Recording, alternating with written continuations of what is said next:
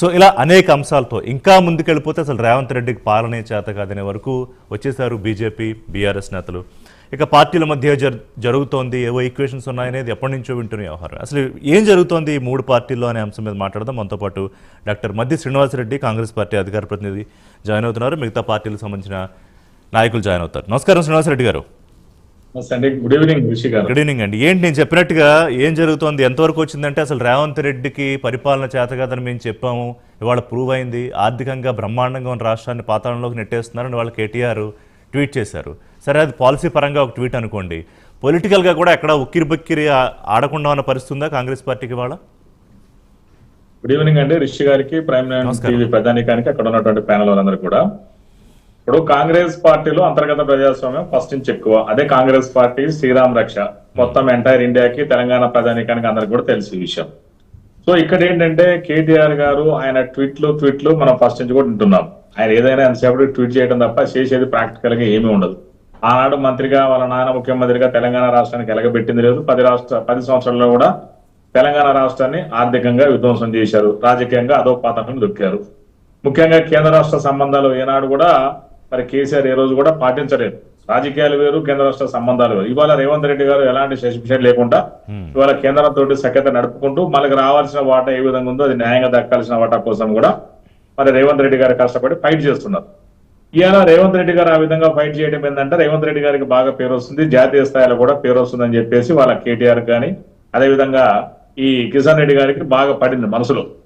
వీళ్ళ అంతర్గత రహస్య స్నేహితులు బీఆర్ఎస్ వాళ్ళు, బీజేపీలు రహస్య స్నేహితులని తెలంగాణ ప్రధానికానికి యావత్ భారతదేశానికి కూడా రాజకీయ నాయకులకు అందరూ కూడా తెలుసు. మరి ఆ రహస్యం కదా 2 పాయింట్లు. ఆ రహస్యం ఎందుకు బట్టబయలు కావట్లేదు ఒకటి, రెండోది ముఖ్యమంత్రి ముఖ్యమంత్రి మోడీని ఎక్కడా విమర్శించట్లేదు. బ్రహ్మాండంగా ఢిల్లీలో ఆయనతో కలవడము, కానీ ఇక్కడికి వచ్చిన తర్వాత రాష్ట్రంలో నేతలతో పంచాయతీ, ముఖ్యంగా కిషన్ రెడ్డితో, అంటే ఎక్కడో ఏదో ఈక్వేషన్స్ లో తేడా ఉందనేది వాళ్ళ ప్రధానమైన విమర్శ. ఇప్పుడు ఒకటి ఋషి గారు, తెలంగాణ నుంచి మనం రాష్ట్ర జనాభాలో, దేశ జనాభాలో తెలంగాణ జనాభా 2.8% ఉంది. కానీ భారతదేశానికి పోయే ఇన్కమ్ లో ఏదైతే ఇన్కమ్ జనరేట్ అవుతుంది ఎంటైర్ ఇండియాకి రకరకాల రూపంలో డైరెక్ట్ ట్యాక్స్ కావచ్చు, ఇండైరెక్ట్ ట్యాక్స్ కావచ్చు, సెస్సులు కావచ్చు, అదేవిధంగా సర్చార్జ్ రూపంలో దాదాపు మరి 5.1% వస్తుంది. ఇలా ఈజీగా చెప్పాలంటే 1 లక్ష కోట్లు కనుక తెలంగాణ నుంచి భారతదేశానికి ఆదాయ రూపంలో వస్తుంది. ఇవాళ మనకు తిప్పి కొడితే 40,000 కోట్ల రూపాయలు కూడా తిరిగి రావట్లేదు.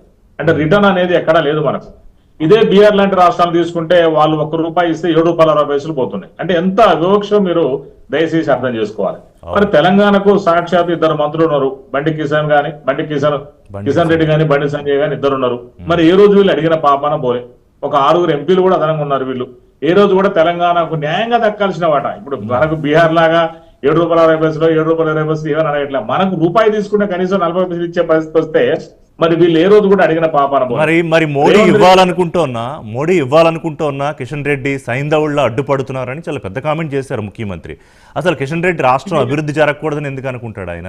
మోడీ మీరు గమనించాలి ఋషి గారు, ప్రైమ్ లైన్ ప్రధానికం కూడా చాలా స్పష్టంగా ఒక సాక్షాత్తు ముఖ్యమంత్రి గారు అంటున్నారండి, వాళ్ళ తెలంగాణ అభివృద్ధికి కిషన్ రెడ్డి క్లియర్ గా ఒక సైంధవులాగా అడ్డుకుంటున్న అర్థమవుతుంది.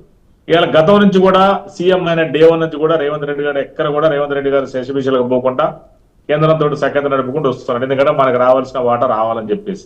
గతంలో కూడా ట్రిపుల్ ఆర్ విషయంలో కానీ, మూసీ పునర్జీవన విషయంలో కానీ, అదేవిధంగా రీజనల్ రింగ్ రోడ్డు విషయంలో కానీ, రీజనల్ రింగ్ లైన్ విషయంలో కానీ, అదేవిధంగా డ్రై పోర్టు, అదేవిధంగా ఆ డ్రై పోర్ట్ ని బందర్లాగా మరి పొడిగించుకుంటూ ఒక గ్రీన్ ఫీల్డ్ హైవే ఒక నేషనల్ లెవెల్ పెట్టాలని కానీ, ఇలా రేడియల్ రింగ్ రోడ్లు ట్రిపుల్ ఆర్ కానీ, ఓఆర్ఆర్ కానీ, మధ్యలో రేడియల్ రింగ్ రోడ్లు కానీ, ఇవన్నీ కూడా మరి తెలంగాణకు రావాల్సిన ఇవన్నీ కూడా కేంద్ర ప్రభుత్వాన్ని అదేవిధంగా మోడీ గారిని అడగడం జరిగింది. గతంలో వెళ్ళినప్పుడు కూడా చాలా సార్లు కూడా అడిగారు.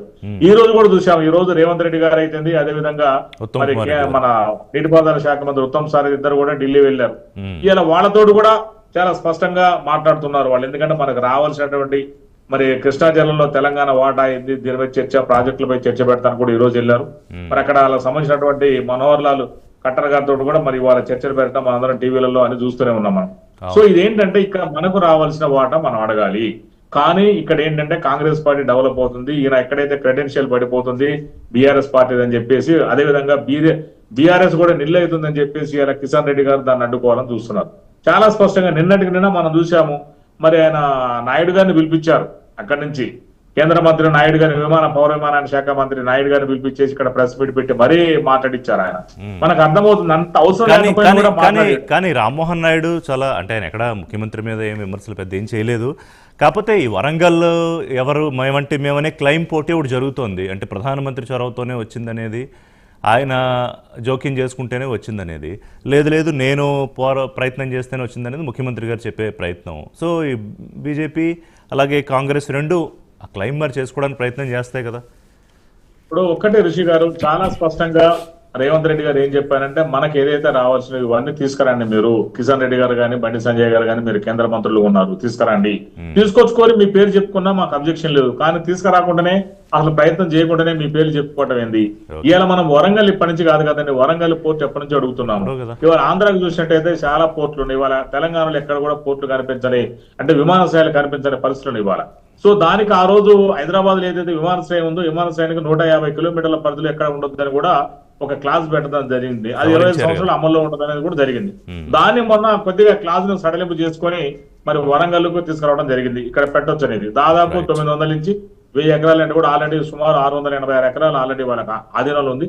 మిగతాది కూడా రేవంత్ రెడ్డి గారు మిగతాది కూడా మేము డబ్బులు ఎదుగుతుంటే కట్టి తీసుకుంటామని చెప్పడం కూడా జరిగింది. సో ఇవన్నీ కూడా ఎక్కడ కూడా మరి గతంలో చూసాం 10 సంవత్సరాల్లో ఎక్కడన్నా కేసీఆర్ గారు ఈ ప్రయత్నం చేశారా?